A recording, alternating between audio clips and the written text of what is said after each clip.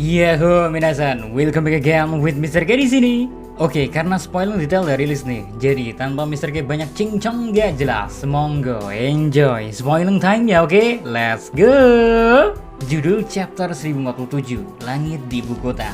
Ya, kemungkinan judul kali ini ingin ngasih tahu ke kita kalau Pulau Onigashima yang udah semakin dekat dengan ibu kota bunga kemungkinan bakalan segera terlihat oleh para warga yang sedang merayakan festival api. Lanjut di chapter kali ini ya, nantinya kita bakalan dikasih color sprite yang memperlihatkan seluruh kru topi jerami yang sedang berada di pantai. Begini nih. Dan di gambar itu juga kita bisa ngelihat kalau ada Momo yang sedang dalam bentuk naganya. And now ke bocoran utamanya, dimana chapter kali ini dimulai dengan memperlihatkan Yamato yang kembali menyuruh Momo untuk segera membuat awan api secepat mungkin. Meski Yamato di momen itu terlihat seperti menyemangati Momo dengan bilang kalau Momo bakalan bisa melakukan hal itu, namun Momo sendiri ngerasa kalau kata-kata dari Yamato gak akan ngerubah apapun. Momo udah terlanjur ngerasa kalau dirinya gak mampu untuk membuat awan api seperti miliknya Kaido. Akan tetapi menariknya, setelah Momo mengatakan hal itu, tiba-tiba aja momen flashback pun muncul. Lalu kita diperlihatkan ke momen 20 tahun yang lalu, tepatnya di momen sebelum Momo menyetujui permintaan ibunya untuk mengirimnya ke masa depan. Di momen itu nantinya kita bakalan dikasih lihat kalau Kozuki Toki menyuruh Momo untuk pergi bersama dengan Kinemon dan pengikut yang lainnya ke 20 tahun yang akan datang. Toki berharap dengan mengirim Momo dan beberapa pengikutnya yang ada di sana ya, mereka bakalan bisa menghidupkan kembali klan Kozuki di masa depan.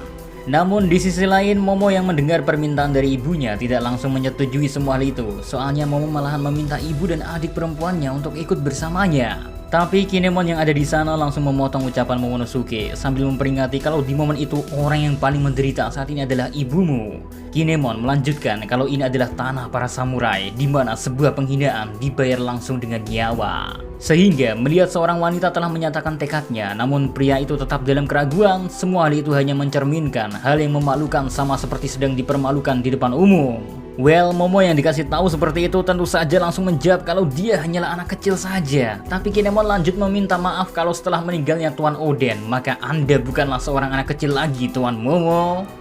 Setelah merasa cukup menasihati Momonosuke, Kinemon langsung berbicara kepada Toki kalau dia sejujurnya ingin diberikan kesempatan kedua, sehingga tawaran dari Kozuki Toki tentang pergi ke masa depan kalau diizinkan, Kinemon bakalan menyetujuinya. Soalnya bagi Kinemon sendiri, dia lebih memilih mati saat sedang mengangkat pedang untuk tuannya dibandingkan harus mati di sebuah kastil oleh kobaran api. Makanya di momen flashback itu terlihat Kinemon meminta kepada Toki untuk mengizinkannya ikut ke masa depan agar dia bisa mencari tempat yang layak untuk mati sebagai seorang samurai. Sedangkan di sisi lain, Momo yang sambil menangis akhirnya memutuskan untuk menyetujui permintaan dari ibunya. Namun sayangnya momen flashback itu pun harus berakhir.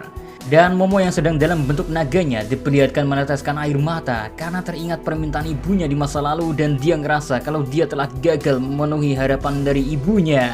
Next, Momon pun harus pindah ke tempat pertarungan antara Luffy dengan Kaido, di mana Kaido yang melihat Luffy bisa memegang petir mengatakan kalau kekuatan Luffy emang benar-benar gak masuk akal.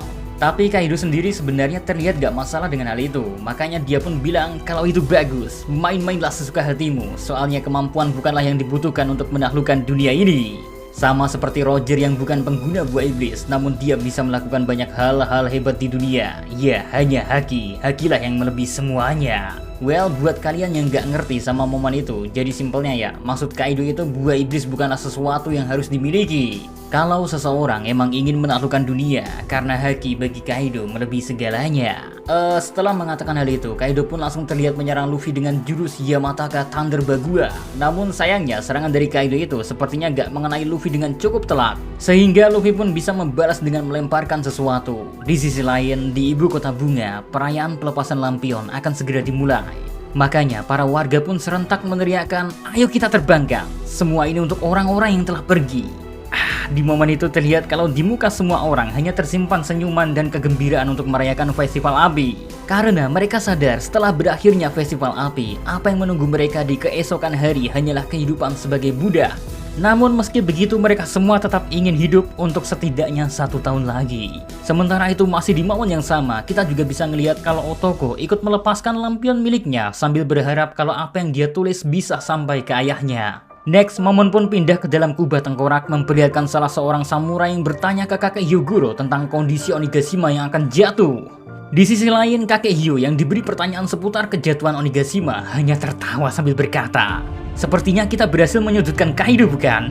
Kakek Hyo pun melanjutkan dengan bertanya balik, "Kondisi mana yang kalian sukai? Apakah topi jerami yang berhasil mengalahkan Kaido dan akan menyebabkan pulau ini jatuh sehingga kita semua mati? Atau kita tetap hidup yang berarti kemenangan ada di pihak Kaido?"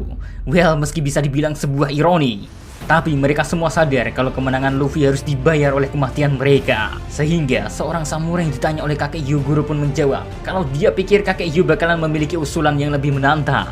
"Tapi anak saya ada di Akumai, saya juga punya seorang istri yang menunggu di Ringo. Jadi jika kita menang, apa yang akan menunggu di depan adalah kehidupan yang sangat bahagia. Aku juga bersyukur atas apa yang akan terjadi kepada tanah Wano Kuni ini. Maka Tuan Topi Jerami, berikanlah Kaido semua yang kamu miliki." Di momen lainnya, gak jauh dari tempat para samurai dan kakek Hyogoro berada, para anak buah Kaido dan Usopp yang mendengar pernyataan dari seorang samurai yang memang memiliki tekad dan udah siap menerima kematiannya, terkejut dan menyebut kalau para samurai itu udah gila. Mereka kembali mencoba mengingatkan kalau kita semua yang ada di sini akan segera mati, tapi kakek Hyo langsung menjawab kalau hal itu tidaklah terlalu buruk. Sementara itu, Usopp yang juga ada di sana langsung teriak-teriak sambil bilang, "Kalau aku tidak ingin mati, aku akan hidup tidak peduli apa." Belum beres Usopp mengatakan sesuatu, sepertinya ya terlihat kalau air yang dikirim oleh Jinbe datang ke tempat mereka. Lanjut, momen pun pindah ke tempat Hiyori dan Orochi. Di sana ya terlihat kalau batu laut milik Orochi terlepas berkat getaran hebat yang tiba-tiba terjadi. Sehingga Orochi pun terlihat langsung berubah ke bentuk Zoannya, dan sang Shogun ganteng ini tentu ingin membalas apa yang telah diperbuat Hiyori sebelumnya. And last, bocoran 1047 ditutup oleh momen Luffy yang memanggil Momo sambil berkata kalau dia akan mengakhiri semuanya. Lalu di momen yang bersamaan kita pun melihat kalau tangan Luffy berubah menjadi sangat besar dan dia pun bersiap untuk memukul Onigashima. Makanya di momen itu Momo teriak, "Hentikan Luffy!" Sedangkan Luffy menjawab, "Momo, aku percaya padamu." Oke, kayaknya segitu aja buat konten full spoiling detail kali ini guys. So, see you again next time. Adios, Carabello, stay safe everyone, salam.